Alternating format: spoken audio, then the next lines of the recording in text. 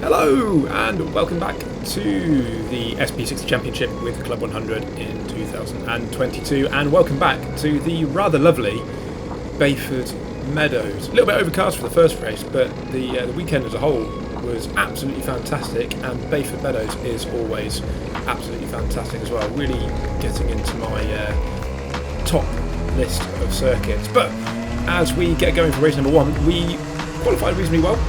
Starting on the inside, which is always nice, but we end up not getting the best launch off the line, and Stephen Westwood is absolutely flying past everyone as we make our way down to the kink and then the first hairpin on the circuit. We see Jack O'Neill there, current number one plate, having a bit of a duke out with Fraser Brunton, who's now on our inside, and we leave enough space there, not trying to do ourselves out of a good position this early in the race. Half an hour of racing to go after all, but we get a little bit of a nudge on as we go through the second hairpin of the lap, and then as we go through the left-hand kink, we slot it up the inside, getting that place back. So from this point, it was a case of trying to get head down, catch up with Fraser, and then see if he can pull us along to the group. As we can see, Stephen Westwood there getting sent wide from the overtaking move by Jack. Moving on, a few laps into the race, we've caught up with Kevin. Kevin started, I think he started really well in this race, up near the front, and it's dropped back a little bit, but he's still got good pace, so try and get up onto the back of him and see what that can do for us. We can see there's a group of two in front of us, but we have Tom Eastwood there putting it down our inside, left a bit too much room on the entry into that hairpin, and that allowed the move up into the inside. So again, don't want to fight too hard because that's only going to lose us time. So if the overtaking move's made, then it's just a case of slotting behind and try and catch back up and not lose too much time. As we can see, Tom there going for the move on Kevin. A little bit of contact, but nothing sinister. And Kevin tries to get the switch back going through the long right-hander, gets a good release, but I think he tries to allow him back through there. Didn't really feel like he made the move cleanly, which is nice, fair racing. We have a think about it going to the last corner, but that would be pretty brave, so we just tuck him behind and have a think about what we could do in maybe a lap or two's time. We felt pretty good going through this first corner. You can see we've got a good release coming off it, and maybe have a think going down into the hairpin. No, not this time. Kevin's got us covered off, puts it in a good defensive position whilst also not slowing himself down too much, and we have to think about it later on. Speaking of later on, we'll move ahead now, and we've caught up with some lap traffic.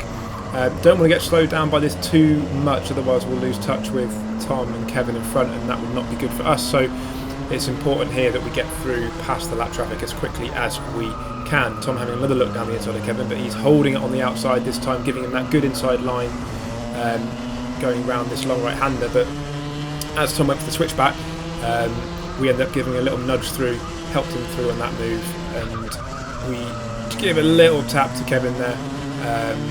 Again, nothing malicious, just a bit of pass and parcel of close racing, as Kevin absolutely sends it going into the first corner. Tom has to think going back down into the kink before the hairpin. No, not this time. Leaves the door open though, and we try and make the same move that he made to us earlier in the race, which we're able to do. We can take the line for the left-hand kink afterwards, and we slot back in behind Kevin. So it's kind of as you were from a little bit earlier on in the race.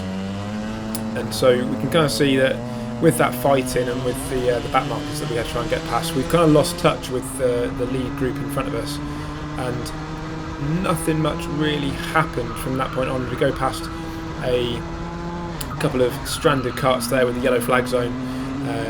We're coming on to the last lap now for this first race of two, and that is how it would finish. So we end up 8th in race one, which means we will be 8th starting in race number 2.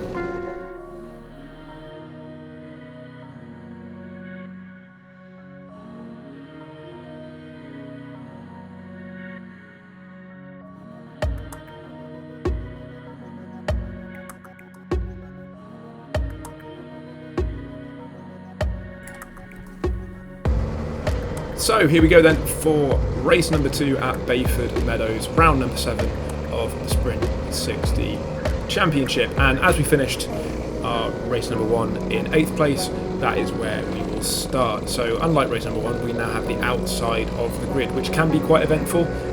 If we're able to get it onto the inside quickly, we'll try and do that, but that relies on there being a gap on the right side of the grid. So we're behind Dante Dillon, quick driver. If we can stick to his bumper, we'll know we'll do well.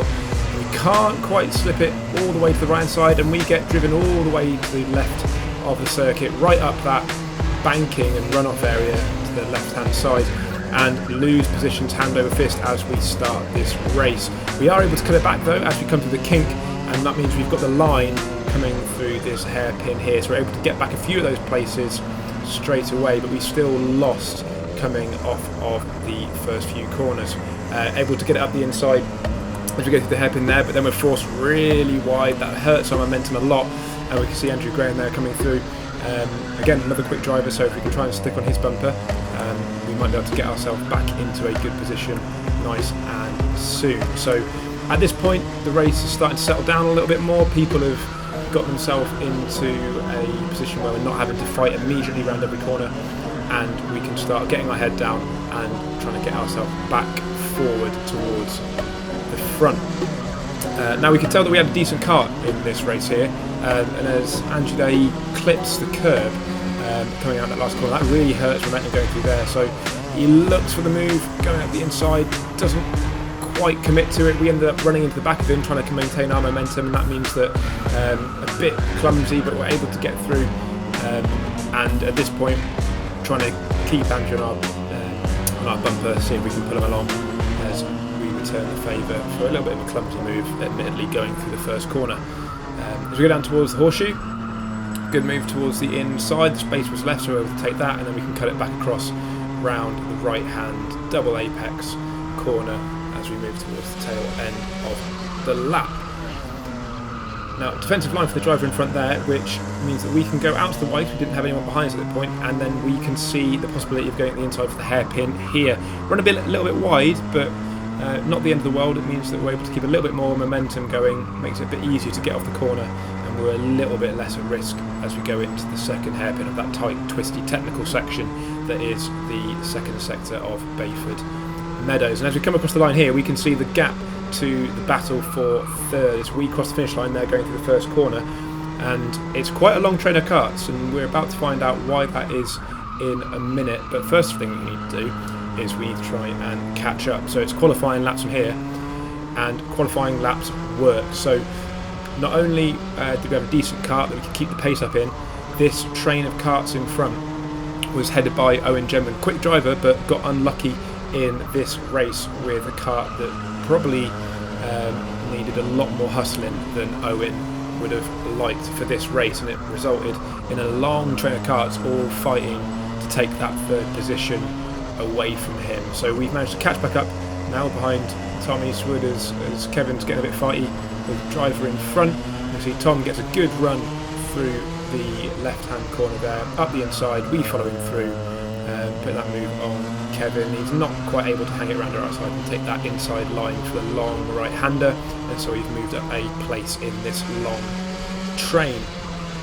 Through the kink, Tom takes it a little bit too far to the left when we're racing close quarters like this, so we slip it up the inside, just release off that brake a little bit, so we're able to get it up the inside nice and firm all the way alongside, and we take that position. That's another place gained in this train. Now, starting to get a bit closer, and we can see the very stout defence being put up by Owen at the front here. Have a look up the inside, and there's a space, so we're going to go for it. We want to be constantly moving forward in this train. We don't want to get stagnant and stuck, because that's when we'll start moving backwards. So we take the opportunity that's given to us, and now we're trying to chase down Dante, and we know if we can get back onto the bumper of him, we'll be doing all right. But Kevin sees his opportunity, throws it down the inside, going into the horseshoe, and we've gone up one, but then lost one. So I have a little bit of a rethink, see what we can do, and we run right to that corner there, so that wasn't going to help us either. But a couple of laps later, because of this defence by Owen, we're able to catch back up, and as Dante puts it up the inside of Stephen Westwood there, going through the double right-hander, he ends up onto the grass, probably not intentionally there, but just that's the way it goes if you're trying to hang it around the outside. And we have a little think going into the last corner, but that isn't going to work for us, so Kevin's able to capitalise from that, but we are not. But a big send from Dante going into the first corner. Gets the move done for him, but we have an opportunity to come up the inside, but we think better of it. That would keep us really tight. Have a think going into the hairpin, but we've got to leave space on the outside. Dante did a good job of keeping his momentum up and maintaining his position as Kevin puts down our inside. Little tap on the back of Dante, which he's not too happy about. And I think Kevin at the end of this lap gets a penalty for a bump and pass on this one, which, yeah, I mean, if I was in Dante's position, I could definitely see why we're annoyed by that, but at the same time I don't think it was malicious from Kevin. I think it's just a bit of close racing, but it is what it is, and if you get a penalty there's not much you can do about it. But we get a good run on Dante going to the first corner, put it up the inside, and we've got our sights set now. There's only 2 karts between us and Owen, who at the moment is the cork in this bottle. If we can get past him, we've got a good opportunity to get down the road, because like we said, this is a good kart we have in this race.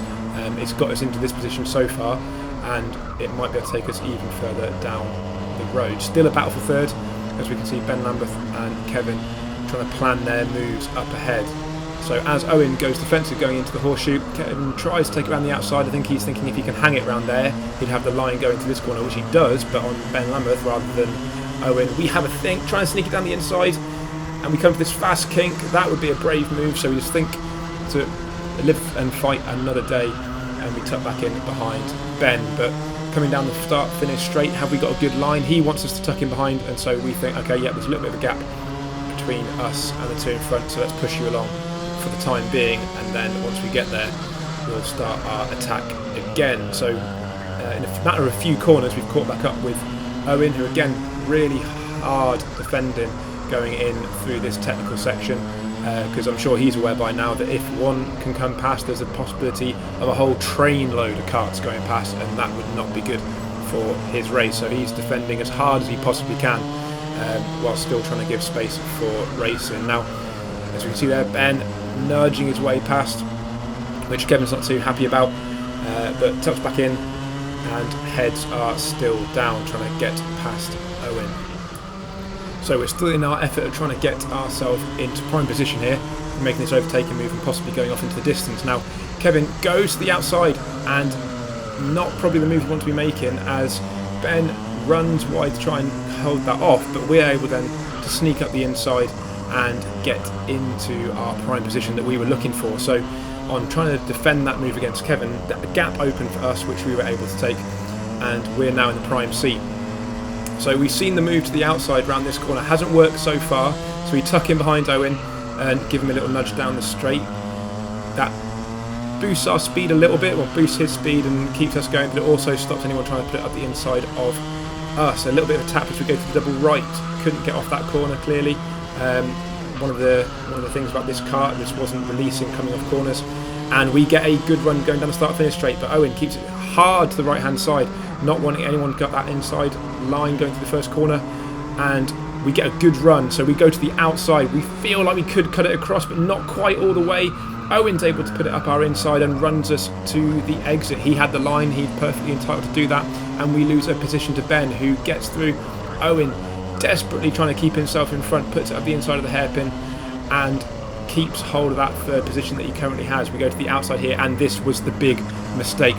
By going to that right hand side, we really opened up the corner for the big train of karts that was behind us to move through. Now here we had just all kinds of nonsense going on. So Kevin was up on 2 wheels, we get hit from behind and go into the back of Kevin. That slows us down. We then get nerfed wide going through the first of the double right handers, and in that we've lost a shed load of places as we come on to the next lap. Keep in mind, only a few corners ago we were in the prime position to get past Owen, and now we're all the way back. But as we cross the finish line, we look over to the penalty board, and we've got a penalty, 4 positions for gaining a single place advantage. Now, answers on my postcard please as to where I gained the single place advantage through contact on that lap, because as far as I can tell, the only way I went was backwards and didn't make an overtake of 1 person on that lap. But there you go. It's a penalty, there's not much I can do about it. I was thinking it was possibly a cone penalty at the time, hitting a cone somewhere, but nope, turns out it was a 4-place penalty for gaining a single place advantage. Now, we get one of those places back on the next lap, coming through the right-hander, and we're tucked back in behind Kevin, who's eyeing up a move on Dante, who's currently in the middle of the road. Kevin gets that move done. We can't follow him through though. We end up behind Dante, maybe a little bit annoyed at himself there, putting his head back, and we have a think, but no, not this time. We'll tuck out back in behind. Tom Eastwood running wide, and we could always see what was going to happen there. So we end up going up the inside of him. Can't make the move up the inside of Dante, who had to make avoiding action going around the right hand side of him. And that is pretty much all that was written at this point in the race. We'd lost our main opportunity, our element of surprise on Owen, and we were just trying to fight back, having received a penalty. We eventually do make a move on Dante, going through the right hand hairpin for the left king, and we've got Kevin in front, who we know also has a penalty at this point. We don't know how many places it is because it doesn't say on the board. The only one you do know, if it's a cone penalty, it's a single place, so it could be anything for us, but we also have one as well. So we still do want to try and get in front of Kevin. We can see Stephen Westwood in front of us there, getting pushed wide, going through the right hander after the king. Keeps it defensive, going through the left hand hairpin before the right, and a tight defensive line, but not tight enough as Kevin's able to get his way past on the inside. We try going around the outside by keeping a bit more momentum up, but that puts us on the outside around the horseshoe, which we've already seen doesn't really work today. You'd have to have a hell of an overspeed to make that work. Tuck back in behind Stephen, and we were able to hold off the move from Dante behind us for the time being. Stephen eventually got past Kevin, and a few other karts had got past Owen by this point and had started driving off into the distance. And interestingly, after the main sort of attacking spell had gone up, Owen's pace seemed to increase, so I'm not sure, maybe his kart came on a bit better towards the end. We're able to get past Kevin going through the first corner, just a slightly better run from the last corner, but yeah, it stayed pretty stationary from this point on. Now, Stephen going for that move around the outside of Owen again, interesting move. So we try going up the inside to follow Owen through, but we can't quite keep our momentum up, and that means that Stephen gets his position back and Kevin gets past us as well as we go through this last sector of the lap.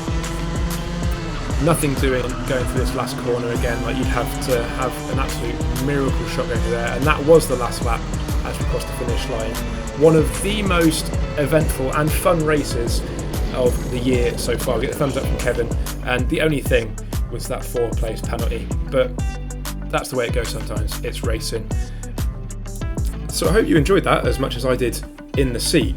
Might not have come away with the best result that we could have got, but it was still great fun. So until next time, as always, have a good one.